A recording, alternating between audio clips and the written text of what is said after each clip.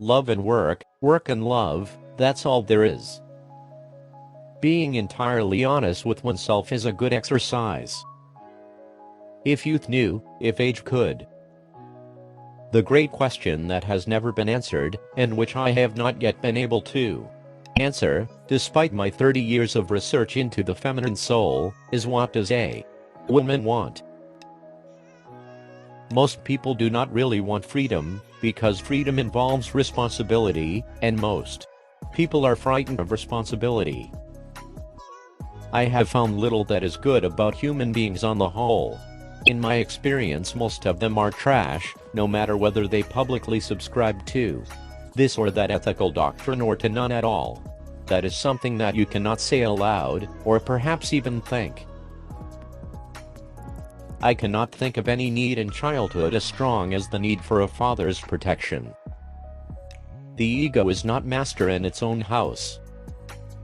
He that has eyes to see and ears to hear may convince himself that no mortal can keep a secret. If his lips are silent, he chatters with his fingertips, betrayal oozes out of him at every pore. The interpretation of dreams is the royal road to a knowledge of the unconscious activities of the mind. If a man has been his mother's undisputed darling, he retains throughout life the triumphant feeling, the confidence in success, which not seldom brings actual success along with it. The mind is like an iceberg, it floats with 1/7 of its bulk above water.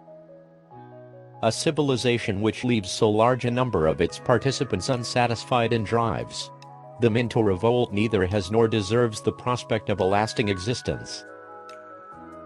The first human who hurled an insult instead of a stone was the founder of civilization. Flowers are restful to look at. They have neither emotions nor conflicts. The conscious mind may be compared to a fountain playing in the sun and falling back into the great subterranean pool of subconscious from which it rises.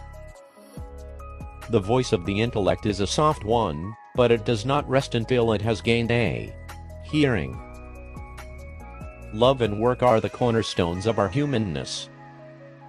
A man should not strive to eliminate his complexes but to get into accord with them. They are legitimately what directs his conduct in the world. What we call happiness in the strictest sense comes from the, preferably sudden, satisfaction of needs which have been dammed up to a high degree. Dreams are often most profound when they seem the most crazy. One is very crazy when in love. Whoever loves becomes humble. Those who love have, so to speak, pawned a part of their narcissism. The act of birth is the first experience of anxiety, and thus the source and prototype of the affect of anxiety.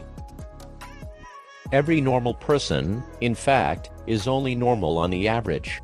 His ego approximates to that of the psychotic in some part or other and to a greater or lesser extent.